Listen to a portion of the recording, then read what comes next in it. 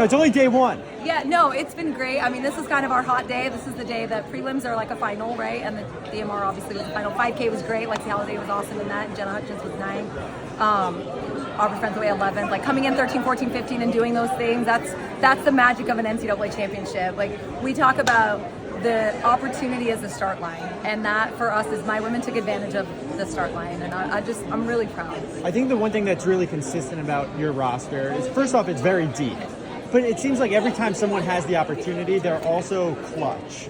So where does that come from? Because that's not just fitness. Well, there was a group of women when I first started BYU in 2016, and they believed. And so because of them, like success breeds success, and these women they're believers, and I believe in them. It doesn't always happen, with every high we have had our share of lows.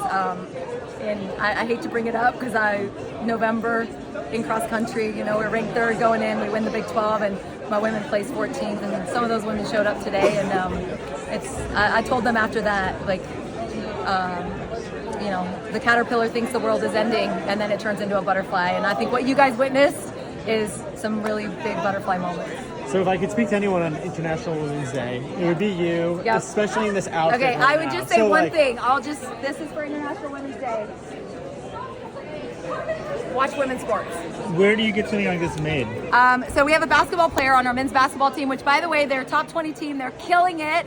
And his name's Trey Stewart. He has a little company called Default Happiness. And we messaged each other about collabing. I was like, you know what? You can make my indoor NCAA's outfit. And this is what he designed. It's a little extra even for me, but I'm rocking it. So I think my women were really surprised and inspired, hopefully. Yeah. Obviously, I saw you celebrating the DMR, which makes sense. You guys won. But after the 800 prelims... Oh, that was a win, too. You were celebrating like you won the DMR. The thing about this sport, and I think all coaches and athletes can relate to this, is wins don't necessarily mean... They mean different things. Obviously, the DMR win was the win. But Lexi Halliday placing 5th. Megan Hunter, if you know her story... Like what she overcame to get on that line and make a final in indoor, that's a huge win. So, celebrate all the wins, not just outcome-driven wins. So you guys were celebrating just making the final. That's what it was. Yeah, it was a huge win. Was it a PB or anything, or just making the final? No, that was not a PB, but I mean, she was 8th place at Big 12 championships 2 weeks ago. To come back and make a final in one of the hottest 800 fields in history is. That's a huge win for us in our program. I mean, you celebrated almost the same. Yeah, you were on the track, but it was cool. I know, I'm sorry. No, it was cool. I like it. Yeah. I think that's why your girls like running for you so much. I hope so.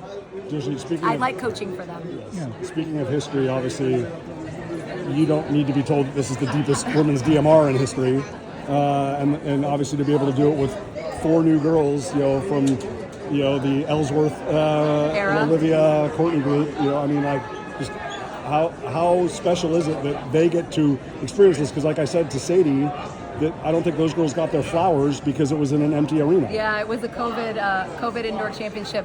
What was really neat is about a month ago, Courtney, who runs for On now, had an opportunity to come out to this championship, and I really felt like, hey, you should come out. And earlier today, I was sitting in Sadie and Riley's hotel room, and I kind of had a deja vu moment of sitting in Olivia and Courtney's hotel room before they won the DMR that night, and I texted all 4 of them on a group chat, just not mentioning the win, but just talking about the sisterhood is strong, and I had a feeling that good things would happen. If Riley got that stick, and could sit in second, her kick is lethal. She's a beast. So, there's a lot of confidence in those women. Yes, you felt confident Olivia's run so fast this year. But see, it's really hard to lead a DMR, and I was like, we don't want to be the duck in the front, guys. Like, let's just be tactical. It got a little messy in the middle, so I got this is on a little low during the 4 and 8 legs, but she executed that mile leg perfectly. From 7th to 1st. Yeah, I know. It's magical. Was that an instinct move from her? I mean, we've seen it so many times. Well, it kind of came back together, and so it often does in the mile. We didn't want to get the baton in the lead. I just didn't want to get it in 7th either, but because we had that before with Erica Burke many years ago, and I think it was 2019. Crossplex, and Jess Hull was in that race, and then we got second because it's hard to lead the baton with the baton like wire to wire, and so.